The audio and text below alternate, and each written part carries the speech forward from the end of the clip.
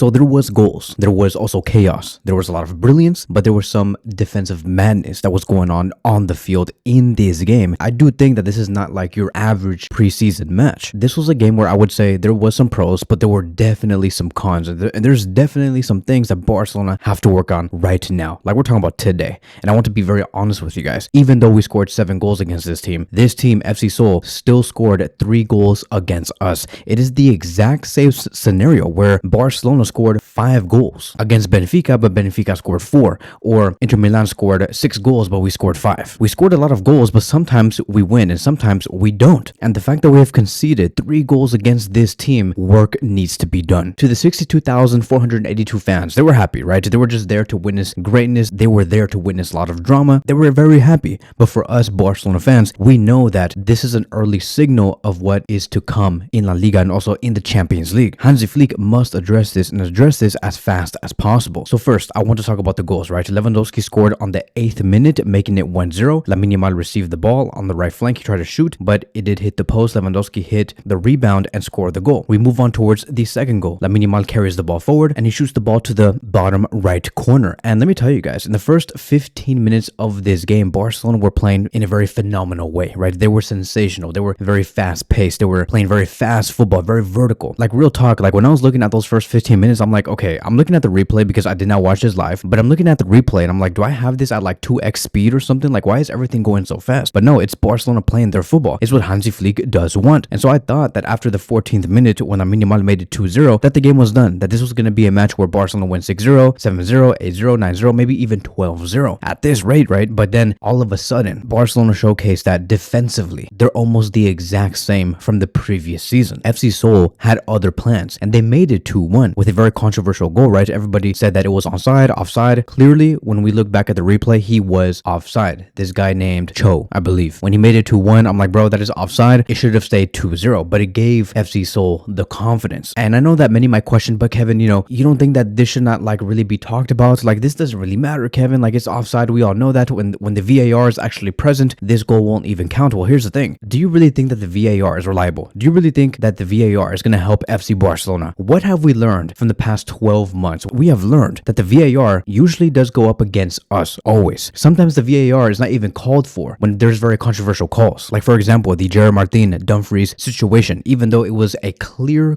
foul, the VAR, even after a few checks, they still said, no, there is no foul. So it does not matter, right? These things have to be checked on. We have to make sure that these players are nowhere near within the impact of potentially scoring a goal against us and nothing more, right? We cannot rely on the VAR and just say, like, lift our hands up and look at the ref and say, hey, like, what's going on? It's offside, whatever, right? That cannot happen. On the 45th minute, Al Arab scored another goal for FC Seoul, making it 2-2. Once again, it was a very disappointing goal that Barcelona have conceded. We have to do much better from there. Then Lamine Yamal attacks right back. Right after the 2-2, he scores his second goal, making it 3-2, taking down one player, dropping him to the floor and shooting it to the top left corner. And it's crazy how Lamine Yamal shoots sometimes, because I do see this player tapping on the ball and I'm like, okay, it's going to be a soft shot, but for some reason his shots always go blasting through the net. It's crazy, right? The amount of power he has in his legs. We move on towards the 55th minute and Christensen makes it 4-2 with a rocket into the bottom left corner. It was amazing. I really do think that Christensen has a lot to play for this season. He's really going to be changing people's opinions on how we perceive him. Christensen does have a battle in front of him, trying to go up against Araujo, Inigo Martinez, Kobarsi. I believe that he's going to make some sort of impact for us. And then we do have Ferran Torres, who receives the ball inside the box. Once again, maneuvers away from one of the defenders, shoots the ball into the bottom left corner. Amazing. And then on to the 76th minute, Gavi scores his goal after having an amazing 360 turn with the ball, eliminating one of the defenders. Amazing, right? Gavi was, in my opinion, the man of the match for tonight, because he was everywhere, battling every single duel, always looking to find key passes, and he scored a goal and making it 6-2. Once again, amazing. I love it. It's the fact that we can safely say that Daniel Olmo is nowhere near the level of Gavi right now. I think that Olmo has the capacity to be better than Gavi, but he does not want it enough. Olmo loses a lot of balls. He does not fight for the ball a lot, or compared to Gavi, and Gavi is there as a monster between the wingers, always trying to service his teammates, always trying to look for attacking opportunities. Gavi is that guy. He gives you the monster abilities, meaning that he intercepts, he anticipates, he tries to bring in the intensity, he presses extremely high. And that's what I love about FC Barcelona today, is the fact that we can say, okay, if Olmo does not want to give 100%, okay, then put in Gavi. If Fermin Lopez does not want to give 100% or he's injured, okay, then bring in Gavi. We have so many options, so many players, and I like that. I like the fact fact that we can say if Lamine Yamal, for whatever reason, does not really want to give it his all, and he's like, whatever, like, you know, I scored 3 goals in the past 2 games, like, what do I have to try in this game? Then that's fine. Rooney Barty, put him in. If Lewandowski is injured, or maybe Ferran Torres is not really giving it his all, we can always say, okay, then move Dani Olmo to the number 9 position and nothing more. I honestly do think that as of now, the top 2 players, I'm gonna say the top 3 players that give out their most, right, that really showcases that they care about the game, is Casado, Gavi, and Rafinha. Everybody else is like a level below these 3 players. Casado and Gavi were phenomenal tonight. And then we had Jung from the opposition scoring on the 85th minute, making it 3-6, and then Ferran Torres solidifies this game on the 88th minute with him making the 7th goal. So goals were flying in every direction, but there's no defensive discipline. I'm happy to see that Gerard Martin came in on the second half for Alejandro Balde. He got an assist. We also had Jofre Torrens, who also came in and got an assist as well. Gavi, 1 goal, 1 assist. My personal man of the match. I know that Lamine Yamal won the man of the match, but still, for me, it was Gavi. Ferran Torres came out with 2 goals going on the second half. Marcus Rashford also made an appearance coming in for Rafinha, and he also had an assist by assisting Gavi. Now, what's crazy is that players like Gavi and Barty, they actually came into the game and left 20 minutes right after, maybe even less than that, because Tony Fernandes and Gulli Fernandes also had to play. I love Tony Fernandes. I love Gulli Fernandes. These 2 players, they also do showcase that they really do care about their performances. They are within the orders and commands of Hansi Flick, and that is why we get the best out of these 2 youngsters. I love them, right? Every time they're on there, they always run, they always anticipate, they always try to intercept, they always try to attack, very much like Gavi. Barcelona ended up with 72% of the possession. Accurate passes, Barcelona had 655, while FC Seoul had 213. Touches in the opposition box, Barcelona had 34, while FC Seoul had 14. And Barcelona's final third pass accuracy was 88%, with total shots on target 13. So it was pure control from FC Barcelona, but only offensively. Defensively, I don't know what's going on, right? We have to be more careful. We have to know exactly when these players are going to make those through balls or are making those runs into the box. And what's crazy is that we started this game with Araujo, Cubarsí, Alejandro Balde, and Jules Koundé. So we're like, okay, this is a great starting defensive line. Like, we're not going to be making no mistakes. They're very experienced, but we actually found more stability when Gerard Martin and Christensen came in. Why is that? Flick also commented, we got a little bit lazy. Some mistakes we do have to fix, but I'm happy with what I saw. Gavi in particular pushed the team forward as a captain. And so I just can't express enough just how happy I am for Gavi. I believe that if Gavi continues in this pathway, he is going to be one of my starters for sure. He is going to be the one that's going to be starting in the number 10 position over Olmo and over Fermin Lopez. Even the manager of FC Seoul, Kim Ji-dong, also claimed Barcelona is world class. We struggled with both attack and defense, but the experience was valuable. So here's the thing, and this is going to be the last thing that I want to say. Many might say and tell me, hey Kevin, you don't think that you're being a little too hard? This is only preseason friendly. Well, here's the thing. I don't understand why we need to take it easy during the preseason friendlies. I don't understand that. We must take it at 100%. The only reason why I'm saying that is because we need to go into the first game of La Liga with full momentum, with the ability to say that we have won all the preseason games, we have tried 100%, and going into this game is going to be no different. I don't see why we have to let our guard down during the preseason games. The whole reason why we have preseason games is to get ready and to understand our mistakes as we go into the real matches. The only time we can lower our intensity if we want to is during the training sessions. That is what the training sessions are for, is to lower our intensity. But in the games, you go all in. And that goes for like almost everybody in the starting 11 in this game, like Yamal, Olmo, Pedri, Frankie, Lewandowski, Alejandro Balde, Jules Koundé, Araujo especially. Sometimes I did see a little bit of a false concentration there. The level needs to be picked up as we go into the next game. You may say, no, but Kevin, you know, like,